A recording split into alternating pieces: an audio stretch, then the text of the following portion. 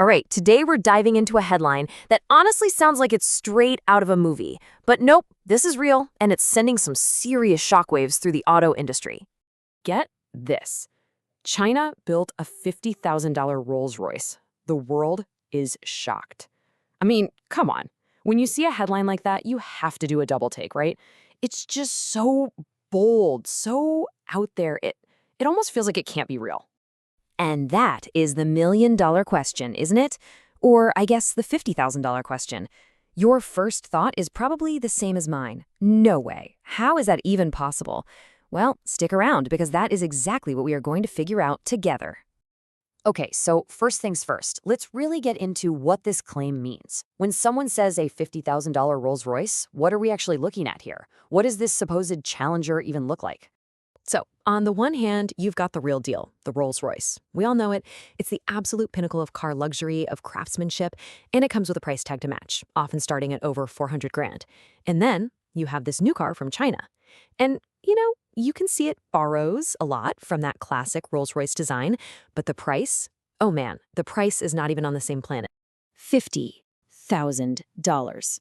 Just let that sink in for a second. That's not a typo. That number isn't just a price, it's a statement.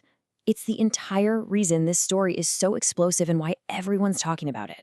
Which, of course, brings us to the core mystery here. How on earth is that price even possible? It feels like it breaks all the rules of business. But believe it or not, there's a method to the madness, right?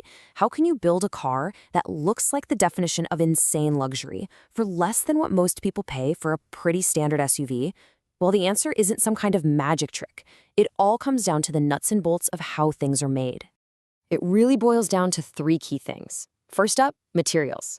A real Rolls might have wood trim from a single specific tree polished by hand for weeks. Here, you're looking at really, really good synthetic veneers that give you 90% of the look for a tiny fraction of the cost. Same with the leather. Instead of hides from special cows in the Alps, you get premium synthetic stuff that honestly, most of us couldn't tell the difference. Second, you have labor costs. That's a huge one. The difference in wages and manufacturing makes a massive, massive difference in the final sticker price. And third, and this is probably the biggest piece of the puzzle, scale.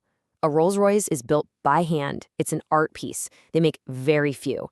This car, it's designed to roll off an assembly line, thousands and thousands of them. And as you know, mass production just crushes the cost per unit. Okay, so this is where things get really interesting. Forget about just this one car for a second. What does this mean for everything? We could be looking at something that redefines what luxury even means. So yeah, it really makes you stop and think, what is luxury in the 21st century? For decades, it's been about heritage, the brand's long history, the prestige, the fact that almost nobody can afford it. But what if that's changing? What if the next generation says, hey, I don't care about a 100-year-old story. I care about how it looks, the cool tech inside, and the fact that I can actually get it without winning the lottery. That's the huge debate this car just kicked wide open. And this right here, this chart says it all. The number of people who can afford a $500,000 car, that's a tiny, tiny group of people. It's a niche market. But the number of people who could spring for a $50,000 car that makes them feel like a billionaire, whoa, that is a gigantic mass market ocean of potential buyers. The scale isn't even comparable. And that's the real bombshell here. This isn't just about stealing a few sales from Rolls-Royce.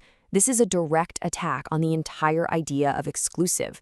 It questions the very foundation that every single luxury brand, from watches to handbags to cars, has been built on for a century.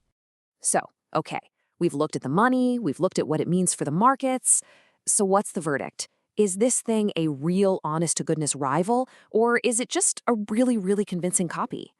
And you know what? You can make a really strong case for both. On the one hand, is it a genuine rival? For sure. It's offering that feeling of luxury to a whole new group of people, and that might just force the old guard to get creative and innovate.